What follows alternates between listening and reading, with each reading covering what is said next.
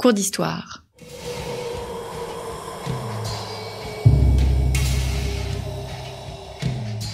Une émission de la rédaction de Storia Voce.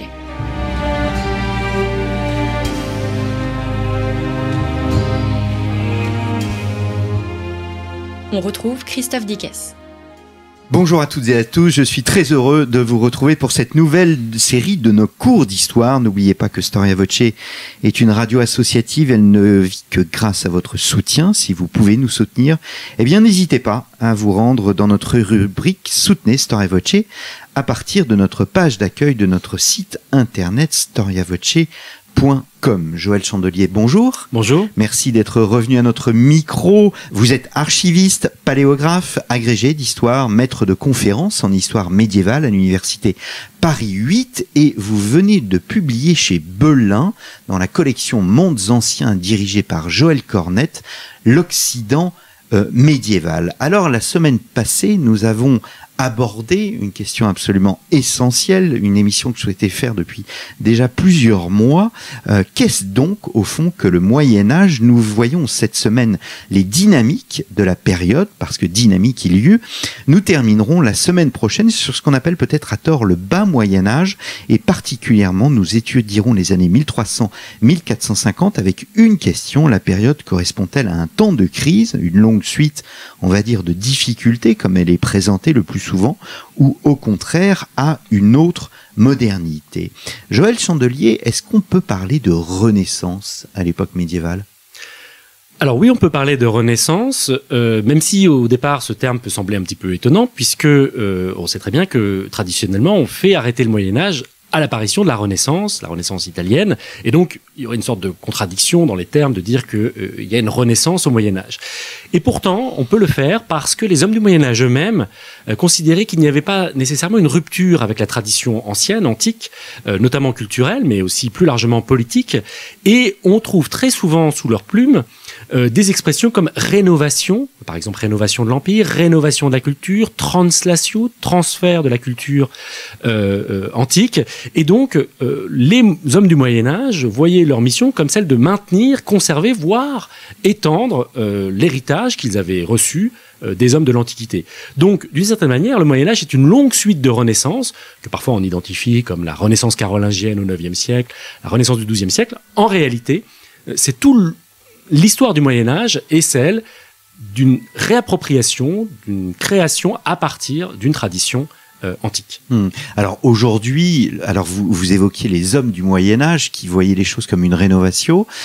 Aujourd'hui, aucun historien sérieux ne conteste le fait qu'il existe une continuité entre la fin de ce qu'on appelle donc le Moyen-Âge et le début de la Renaissance, avec un grand R. Oui, c'est clair que on ne le conteste plus, du moins du côté des historiens médiévistes. Peut-être qu'il y a des historiens de l'époque moderne qui, eux, voient une rupture. Il est clair qu'il y a des ruptures. Mais, par exemple, tout simplement la découverte de l'Amérique par Christophe Colomb, en tout cas l'arrivée de Christophe Colomb sur cette terre inconnue des Européens, l'imprimerie, donc il y a des événements très importants qui marquent des changements, mais d'une certaine manière, à n'importe quelle époque, on trouvera des événements qui marquent des changements importants. Donc que le Moyen-Âge que la Renaissance voit un changement par rapport au Moyen-Âge, c'est absolument certain. Par contre, l'idée que les deux périodes sont incommensurables, qu'elles ne peuvent pas se parler et qu'il y a une rupture brutale entre les deux, ça effectivement, plus personne ne le défend. Est-ce qu'on peut parler d'apogée du Moyen-Âge? Alors on peut apogée au pluriel, hein. Oui, on peut parler d'apogée du Moyen-Âge, mais évidemment, il y a toujours une difficulté à utiliser ces genres de termes, puisque c'est un jugement de valeur.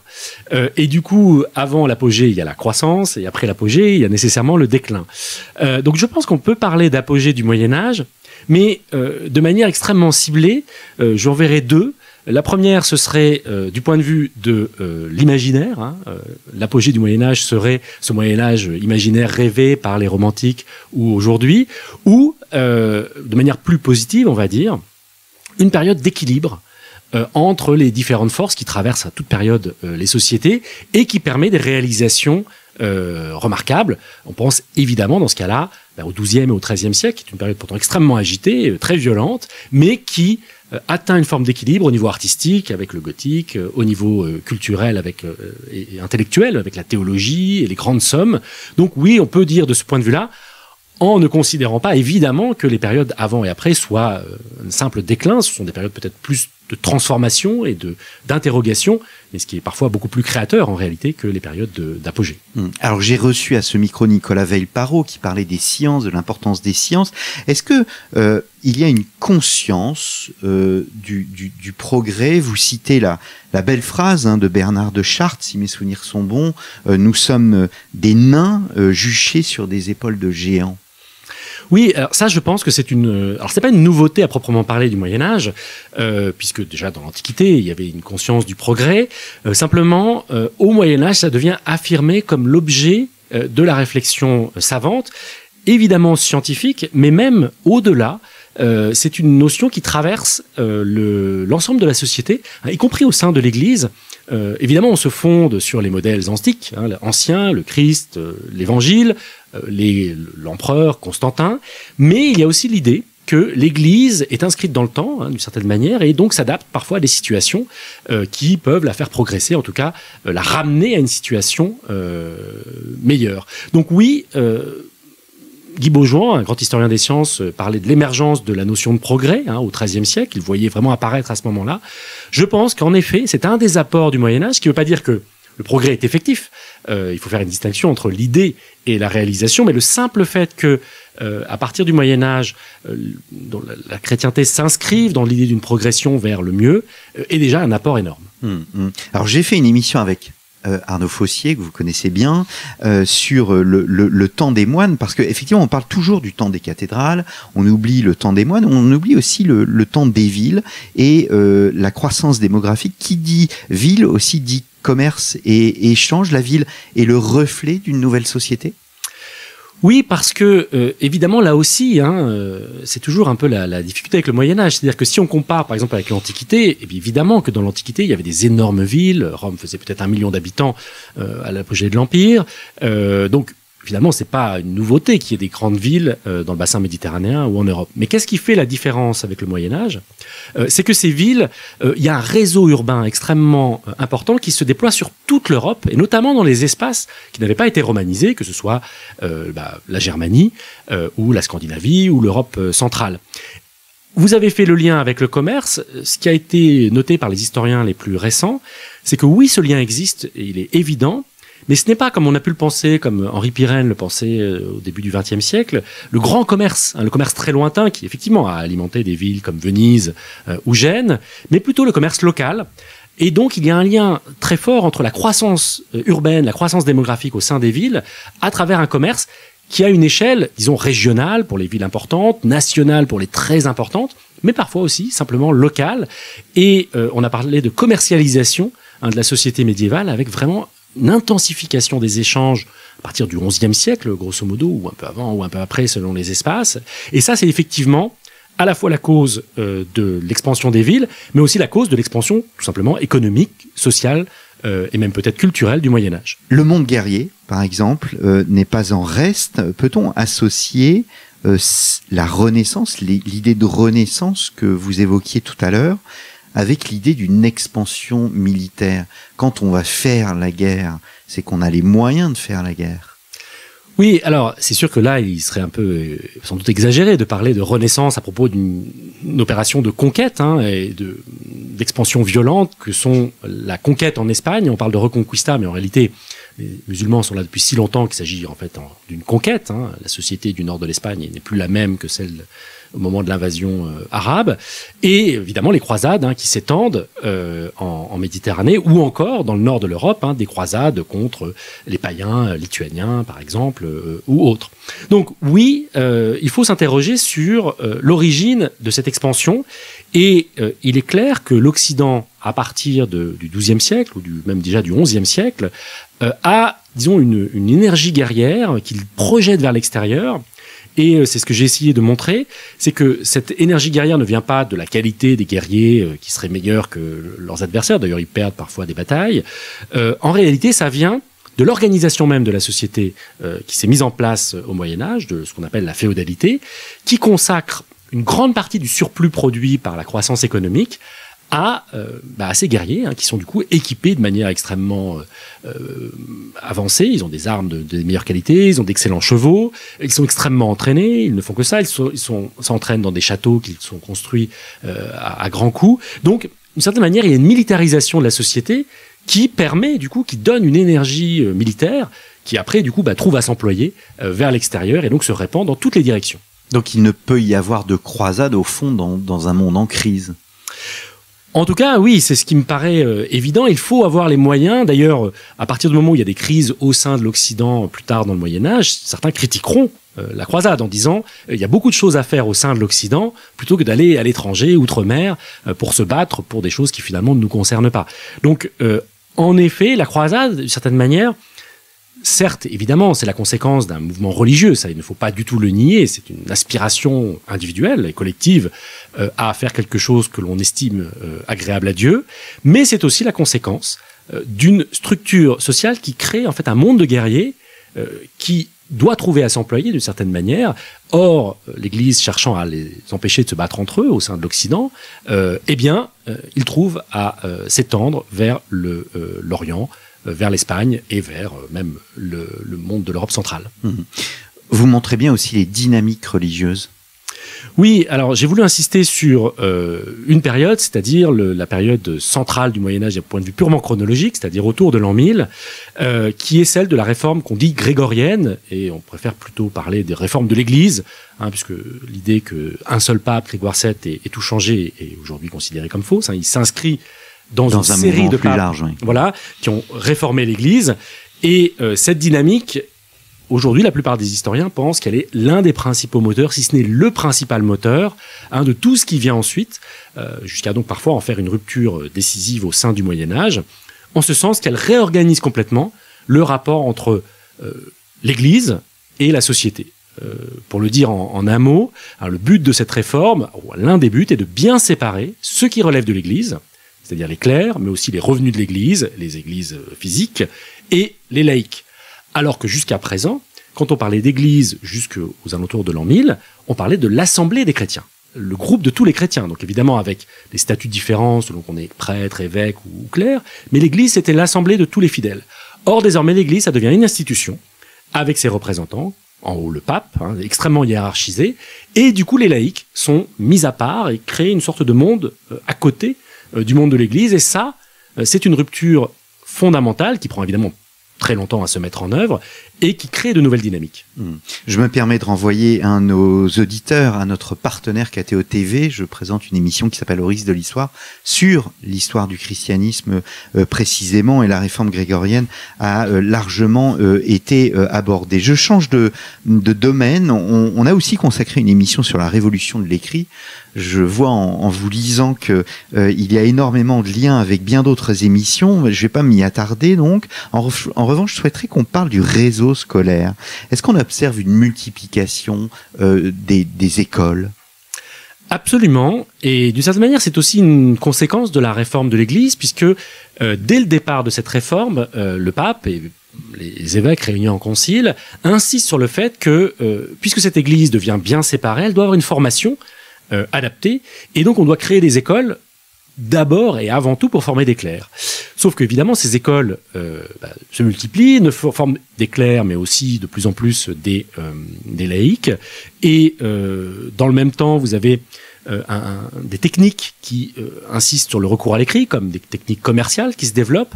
Bref, on voit que grâce à... Alors, quand je dis augmentation des écoles, c'est des multiplications par 10, par 100, et parfois dans l'espace de 1 ou 2 siècles. Donc, c'est des choses extrêmement nombreuses, surtout dans les villes, mais de plus en plus aussi dans les campagnes.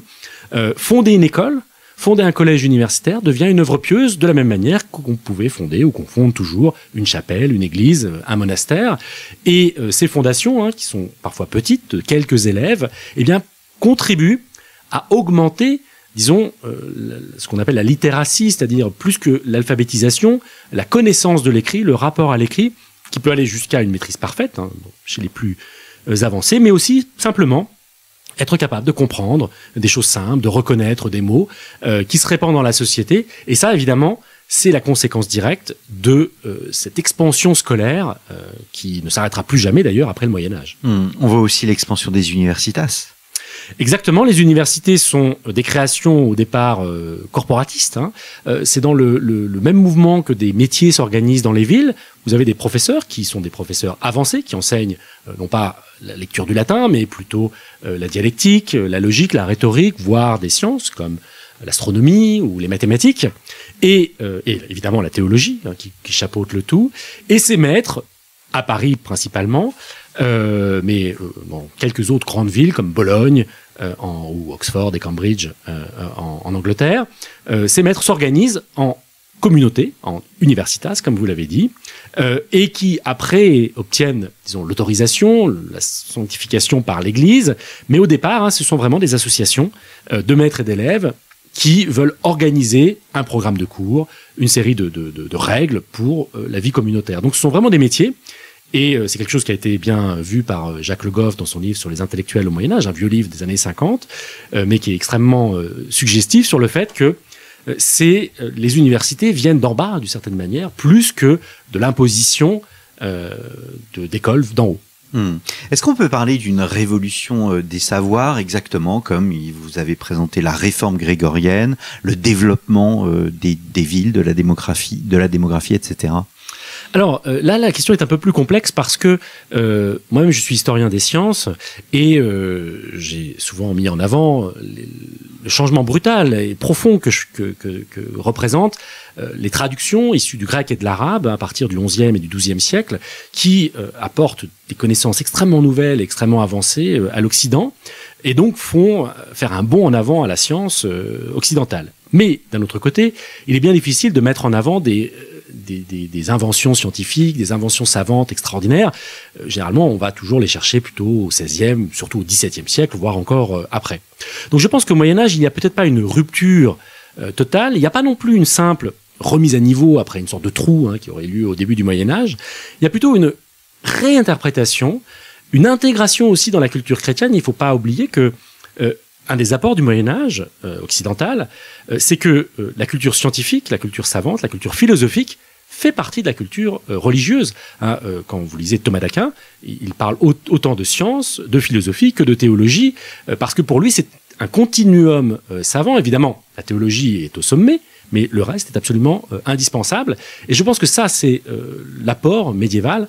La science fait partie de la culture chrétienne, exactement comme la grammaire peut en faire partie pour comprendre la Bible.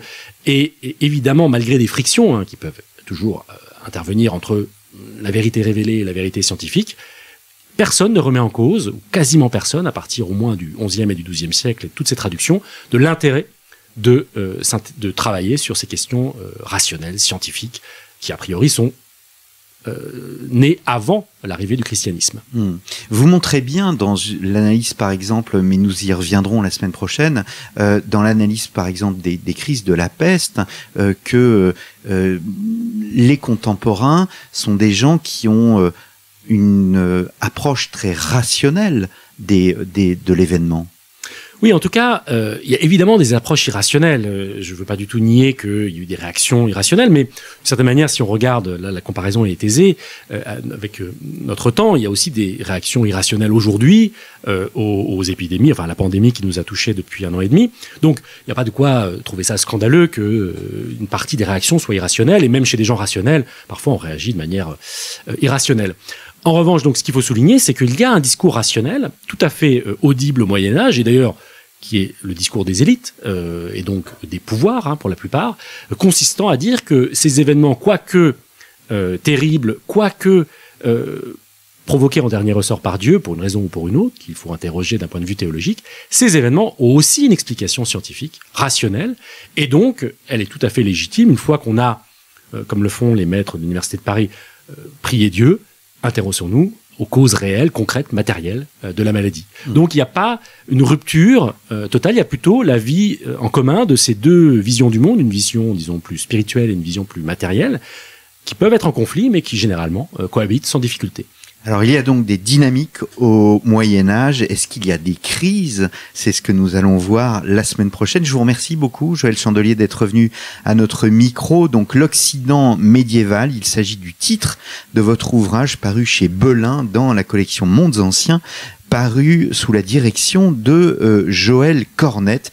Donc l'Occident médiéval d'Alaric à Léonard, 400-1450. Et pour ceux qui l'auraient raté, n'hésitez pas à écouter l'émission enregistrée la semaine passée. Qu'est-ce donc au fond que le Moyen-Âge? Il me reste à vous remercier, chers auditeurs, pour votre fidélité et je vous donne rendez-vous la semaine prochaine. Bonne semaine.